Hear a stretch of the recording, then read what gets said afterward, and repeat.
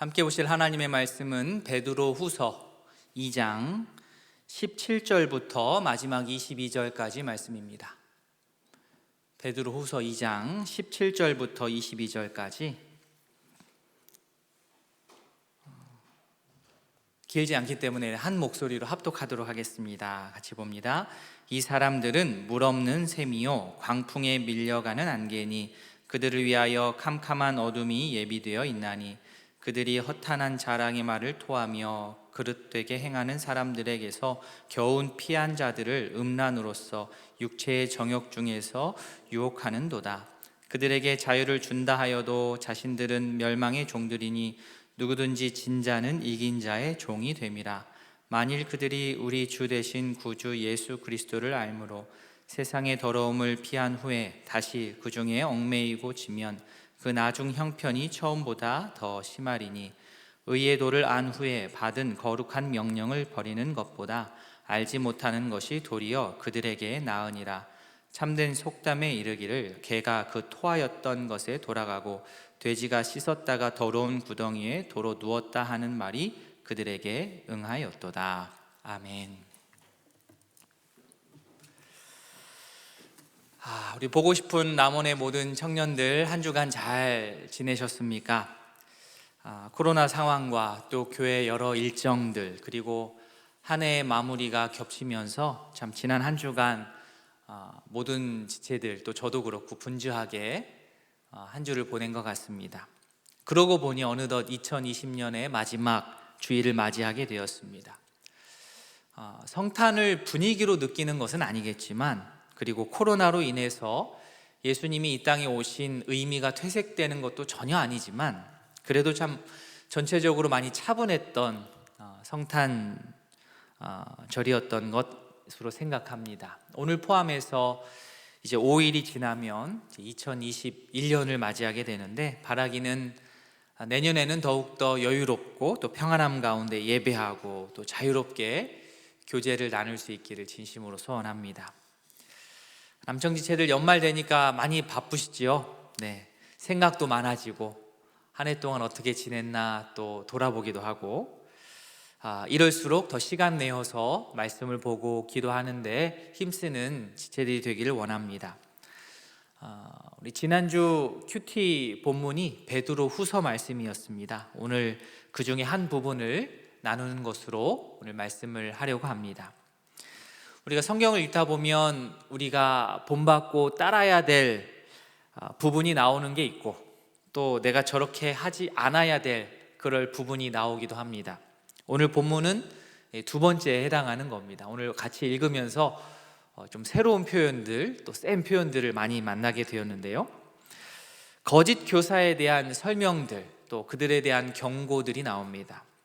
바라기는 그 모습을 우리가 비판적으로 살펴보고 그 내용을 통하여서 우리 자신을 그것을 거울 삼아서 우리 자신을 비춰보는 그런 시간으로 삼기를 바랍니다.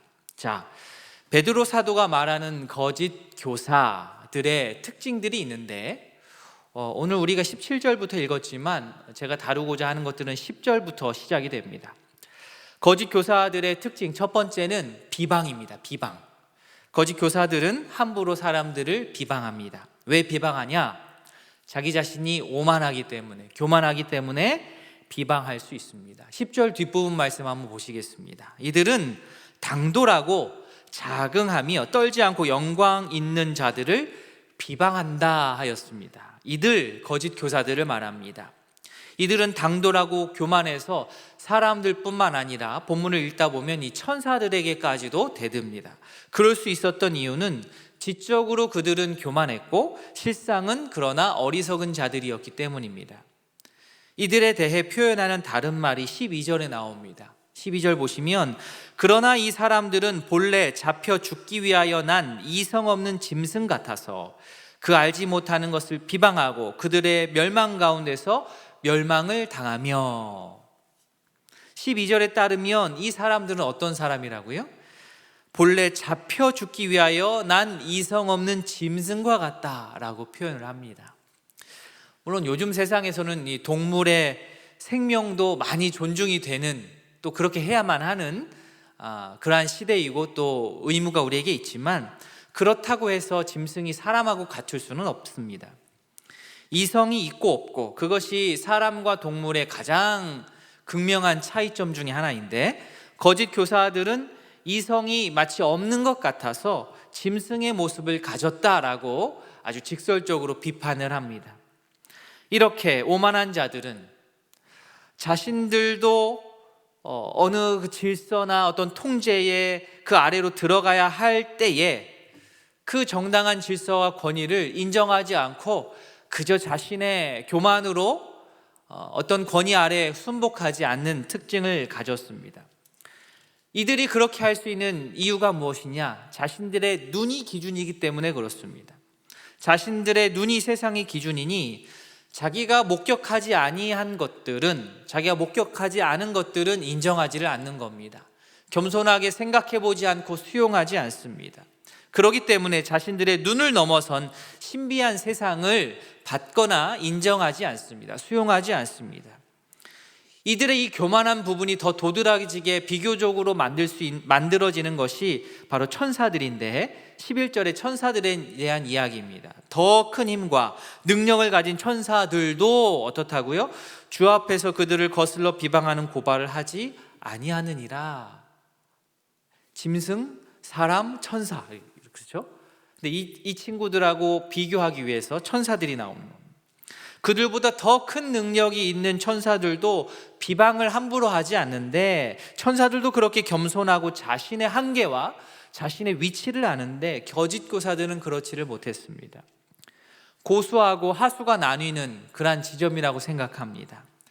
여러분, 고수들이 말이 많은 거 보셨습니까? 아니요. 굳이 말을 많이 하지 않아도 단정한 어떠한 손동작 하나로, 눈빛 하나로 모든 것을 정리합니다. 반면 하수는 어떻지요? 이런저런 부연 설명이 많습니다. 혀가 길어요. 그죠? 진리를 떠난 자는 이렇습니다. 자기 자신이 진리가 있어야 될 그 주인 자리를 꿰차는 거예요. 자기 자신의 욕망이 최우선 되는 겁니다. 그 모습이 바로 교만의 극치입니다. 거짓 교사들, 바로 이러한 특징을 가졌습니다. 계속 이어서 가자면 두 번째, 거짓 교사들의 특징, 그들은 말은 청산유수인데 삶이 타락해 하여서 불경건한 모습을 보입니다. 그들의 타락한 삶을 여러 가지 측면에서 볼 수 있는데, 첫 번째는 그들의 생각입니다. 생각이 그릇되었습니다. 그들의 개념이 무엇이냐? 13절입니다. 13절 말씀 같이 한번 읽어보겠습니다. 시작. 불의의 값으로 불의를 당하며 낮에 즐기고 노는 것을 기쁘게 여기는 자들이니 점과 흠이라 너희와 함께 연회할 때에 그들의 속임수로 즐기고 놀며. 그들의 생각이 어디에 있는지를 간파할 수 있는 표현입니다. 낮에 즐기고 노는 것이 기쁘다예요. 낮에 즐기고 놀면 기쁘죠. 그런데 그냥 단순하게 얘기한 게 아니겠지요. 낮 시간에는 보통 열심히 우리에게 주어진 공부를 하든지 아니면 일을 하든지 열심히 낮 시간에 열심히 자기에게 주어진 일을 하고, 밤에 알맞은 휴식을 취하는 것, 얼마나 아름답고 또 예상되는 일입니까? 그런데 이들에게는 그런 규모가 없었던 것입니다. 종종 보죠, 그죠? 우리 주변에서도 대낮부터 이제 술에 취해서 아무 일도 하지 못하는 모습들을 종종 보기도 합니다. 물론 직업이 다양해서 낮에 잠을 자야 되고 저녁에 일을 해야 되는 그런 부분을 이야기하고자 하는 것은 아닙니다. 절제와 경건이 없으면 낮부터 무너지는 겁니다. 주님보다 자신을 더 중요시 여기고 육체를 따라서, 눈을 따라, 자신의 눈의 기준을 따라서 살아가다 보면 대낮부터 넘어지는 거예요. 망가지는 겁니다. 낮술에 취해서 뻗는 겁니다. 이러한 생각이 바로잡히지 않으면 불경건을 향하여서 치닫게 됩니다. 이것이 그 당시에 베드로 사도 당시의 거짓 교사들의 특징이었습니다. 두 번째 특징, 그들의 눈입니다. 그들의 눈이 어디가 있는가? 14절 앞부분에 음심이 가득한 눈을 가지고 범죄하기를 그치지 아니하고. 눈이 어떻다고요? 음심이 가득하답니다. 거짓 교사들은요, 교회 안에 아직 굳세지 않은 지체들을 타깃으로 하여서 그들을 죄의 길로 유혹합니다. 넘어뜨리는 자들을 찾는 데 자신의 눈을 사용합니다. 사람을 돕고 돌보기 위하여서 눈을 사용해야 되는데 거꾸로 돼 있죠. 어떻게 하면 넘어뜨릴까 하고 자신의 눈을 사용합니다. 또한 그들의 마음, 세 번째, 그들의 마음은 어떻습니까? 14절 뒷부분에 탐욕에 연단된 마음을 가진 자들이니, 센 말이 나오네요. 저주의 자식이라 라고 이야기합니다. 여러분들은 무엇에 연단되고 싶으십니까? 무엇에 훈련되고 싶으십니까? 저는 되도록 좋은 습관에 훈련되고 싶습니다. 연단되고 싶습니다. 그런데 그렇게 하지 못할 때가 있어요. 긴장이 많이 될 때, 스트레스가 많이 쌓일 때. 여러분, 긴장되고 스트레스가 많이 쌓이면 여러분은 어떠한 행동을 하십니까? 어떤 행동을 선택하십니까? 저는 그러더라고요. 긴장이 많이 되고 스트레스를 많이 받으면 첫째로 오는 반응이 무엇이냐면 배에 힘이 안 들어가요. 배에 힘이 안 들어가요. 그래서 특별하게 배도 안 고프면서 계속 먹어요. 그리고 그러다 보니까 자세가 이렇게 삐딱해집니다. 허리가 이렇게 자세가 뒤로 눕기 시작해요. 등 근육이 약해지기 시작합니다. 자세가 무너집니다. 계속 피곤해집니다. 잠을 깊이 못 잡니다. 운동량이 줄어들고 운동이 귀찮아집니다. 그러면 몸은 더 약해지고, 이 악순환이 계속 도는 거예요. 계속 도는 거예요. 지난주인가요? TV 보다가 유재석 나온 유퀴즈 보는데 김유진 변호사 그 사람을 잠깐 이렇게 보게 됐습니다. 제가 저번에 돌돌콩 얘기했잖아요. 돌돌콩 이 아줌마도 아침 4시 반에 일어나는 걸로 유명한데, 유퀴즈에 나온 이 김유진 변호사 이분도 되게 고생 많이 했더라고요. 4시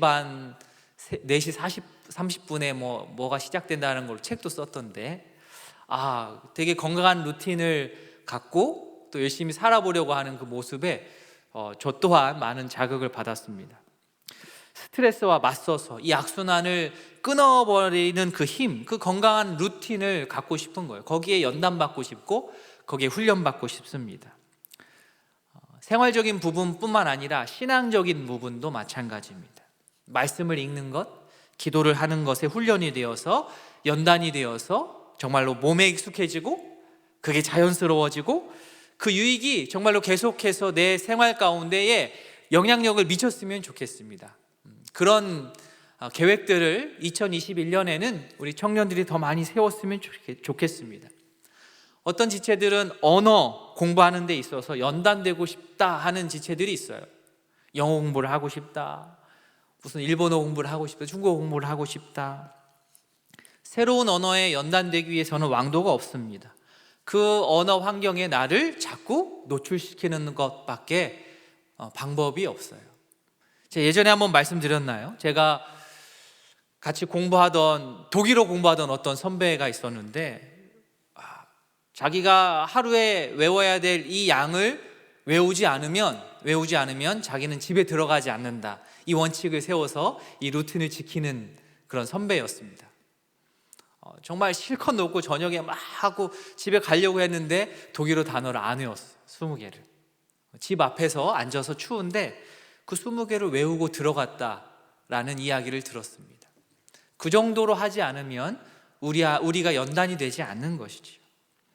여러분, 이렇게 우리가 각자가 연단되고 싶은 영역들이 있습니다. 그런데 오늘 본문에 나오는 거짓 교사들은 어떻습니까? 무엇에 연단이 되었다고요? 탐욕에 연단이 되었습니다. 탐욕에 연단이 되었습니다. 연단될 부분이 따로 있지, 탐욕에 연단되는 것이 무엇입니까? 참 재미있으면서도 무서운 표현입니다. 연단이 되어버리면 쉽사리 우리 몸에서 빠져나가지가 않아요. 그래서 무엇에 연단되느냐가 참으로 중요합니다. 핸드폰도 그래요, 그죠? 스마트폰도 그렇습니다. 잘 사용해야 되는데 스마트폰에 내가 연단이 되어버리면 이거 끊는데 너무나도 고생합니다. 나쁜 것에 연단되면, 오늘 본문에 나오는 탐욕에 연단되면 그것으로부터 잘 빠져나오지 못합니다. 탐욕은 자기 자신이 그 중심에 있는 것이기 때문에 탐욕을 중심으로 둔 자는 우상 숭배를 하는 자이고, 14절의 표현을 그대로 가져오자면 어떤 자식이라고요? 저주의 자식이 되는 것입니다. 마지막으로 거짓 교사들의 마지막 특징 15절 말씀을 중심으로 하자면 그들은 바른 길을 떠나서 미혹되어서 불의의 싹을 살아가는 발람의 길을 걸어가는 자들입니다. 15절 앞부분 보시면 그들이 바른 길을 떠나 미혹되어 부올의 아들 발람의 길을 따르는도다. 이 발람이라는 말 이렇게 단어를 우리 교회학교 다닌 지체들은 좀 들어보셨을 거예요. 민수기 22장에 나오는 이야기인데요. 이 발람은 하나님의 경고에도 불구하고 미디안 왕 발락의 돈을 받고 이스라엘 백성을 저주하러 막 가다가 누구를 만나죠? 나귀를 만납니다. 나귀한테 책망받아요. 나귀가 막 소리를 내요. 거짓 교사가 바로 이와 같다는 것이에요. 사람도 아니고 나귀에게 책망받았습니다. 말 못하는 나귀도 탐욕 때문에 정말 죽으러 가는 그 선지자의 잘못된 행동을 나귀가 막아설 정도인데, 정작 자기 자신은, 거짓 교사들은 자신들이 탐욕에 연단되어 있다는 것을, 그리고 더 나아가서 그 탐욕의 결과를 알지를 못했습니다. 앞에서 짐승 얘기가 나왔었지요. 또 여기서도 나귀가 나옵니다. 사람을 향하여서 가장 강력하게 경고할 수 있는 것이 바로 이 짐승 아니겠습니까? 그래도 짐승보다는 나아야지 않겠나, 이 경고입니다. 여러분, 오늘 말씀을 통하여서 나의 생각과 눈과 나의 마음을 올해가 가기 전에 한번 점검하면 좋겠습니다. 베드로 사도가 말하는 그 거짓 교사들의 모습 속에 혹시 내 모습이 이렇게 비쳐 보이지는 않는지, 그러지 않도록 우리가 정신 바짝 차리고, 혹 그런 모습이 보인다면 2021년에는 고스란히 그것을 가져가지 않도록 간절히 내 몸에서 빠져나가게 할 수 있도록 간절히 부르짖고 또 부르짖고 몸부림칠 수 있는 남은 우리들에게 이 5일이 되었으면 좋겠습니다. 자, 거짓 교사들의 또 특징이 하나 있는데 그것이 무엇이냐면 주변에 악영향을 미친다는 것이에요. 자기 혼자 망하고 마는 것이 아니라 부정적인 영향을 주변에 미칩니다. 사람들은요, 여러분, 서로 끌고 끌리게 되어 있어요. 진공 상태로 교제는 일어나지 않습니다. 우리 관계를 맺으면서 살아가기 때문에 누군가를 끌기도 하고 끌리기도 하고 밀어내기도 하고 막 이래요. 진공 상태에서는 없습니다. 어느 쪽으로든지 끌리고 끌어당깁니다. 중립이라는 것은 없어요. 그런데 안타깝게도 이 오늘 본문에 나오는 거짓 교사들은 어느 쪽이었습니까? 안 좋은 방향으로 끌어당기는 힘이 있었습니다. 주위에 좋지 않은 영향을 미칩니다. 얼핏 들으면 멋진 말, 좀 평소에 듣지 않았던 좀 새로운 말 같은데 사실은 허무맹랑한 허무한 사상이었어요. 말씀에서 좀 벗어난 이야기였습니다. 말씀을 비튼 것이었습니다. 그런데 영향을 미치는 겁니다. 그들의 겉만 번지르한 말을, 그 참을 수 없는 가벼운 그들의 말의 무게를 베드로 사도는 어떻게 표현했느냐? 17절 말씀, 되게 멋진 표현이에요. 같이 한번 읽어볼까요? 시작. 이 사람들은 물 없는 샘이요 광풍에 밀려가는 안개니 그들을 위하여 캄캄한 어둠이 예비되어 있나니. 참 우리 베드로 사도가 책을 많이 읽으셨던 것 같아요. 시적인 표현입니다. 근데 되게 세요, 그죠? 샘은 샘인데 어떤 샘이다? 물이 없는 샘. 샘인데 물이 없어요. 이거 소용이 있습니까? 소용없습니다. 즉 허무하다는 거예요. 효용 가치가 없다라는 거예요. 겉모습은 샘인데 속에 물이 없어. 그럼 끝입니다. 효용 가치 없습니다. 안개는 안개, 멋있어요. 안개. 근데 이 안개가 영원하느냐? 아니요. 태풍 오면, 바람 불면 싹 한 번에 밀려가 버릴 그런 안개라는 겁니다. 거짓 교사들의 말이 마치 그러하다, 지속성이 없다는 겁니다. 그렇기 때문에 어떻다? 그런 것들에 흔들리지 말자. 그런 것들 다 태풍 오면 사라져버릴 것들이다. 거짓 교사들의 가장 우선 타겟은 누구냐? 18절에 나오듯이 그릇되게 행하는 사람들에게서 겨우 피한 자들을 그들은 먼저 제1의 타겟으로 두고 그들에게 다가갑니다. 즉 이제 막 믿기 시작한 사람들, 믿음의 기초가 약한 사람들에게 다가갑니다. 사실 이제 막 예수를 믿기 시작한 사람들, 이제 막 회심해서 돌아온 사람들이야말로 가장 시급하게 우선적으로 진리의 말씀을 공급받아야 될 사람들인데 그때에 이 거짓 교사들이 가로채는 거예요. 첫 단추를 잘 끼우지 못하도록 어그러뜨립니다.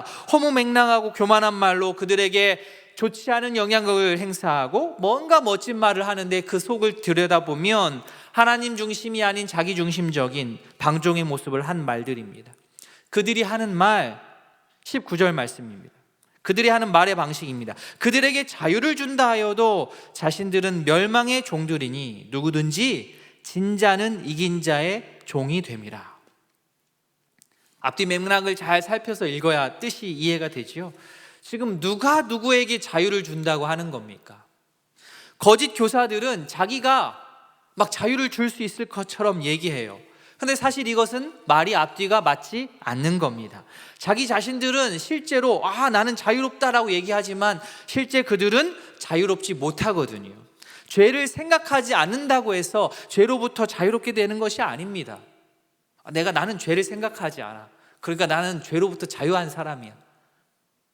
이거는 개똥 철학이에요. 앞뒤가 맞지 않는 겁니다.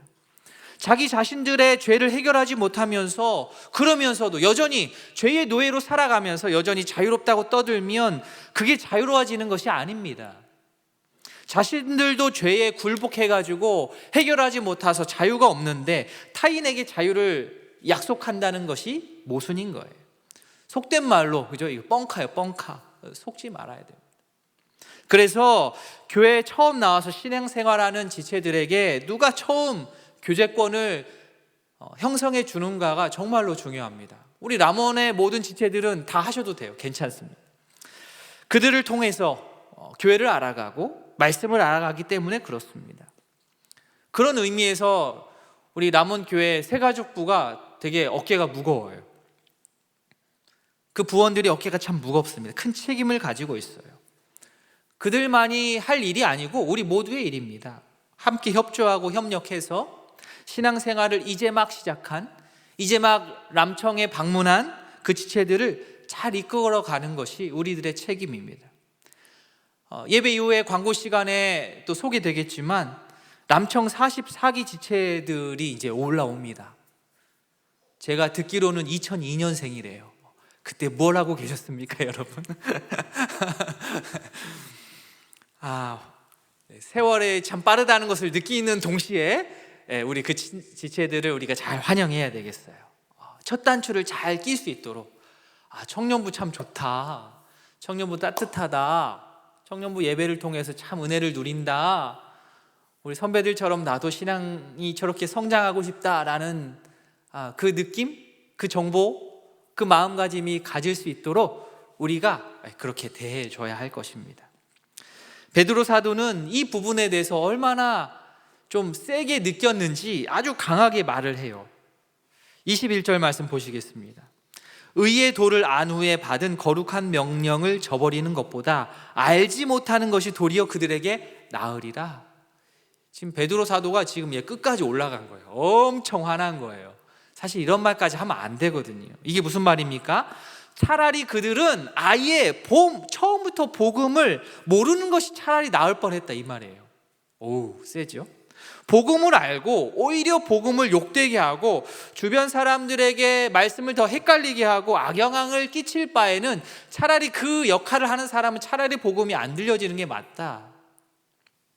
베드로 사도의 의도를 잘 알아야 됩니다. 오해하지 말아야 됩니다. 그러니까 우리 복음 전할 필요 없다, 내가 말 잘못하면 큰일 나니까 입 닥쳐라, 그게 아니고 복음에 문제가 있는 것이 아니고 복음을 받아들여서 제대로 살아내지 못한 그들에게 문제가 있는 것입니다.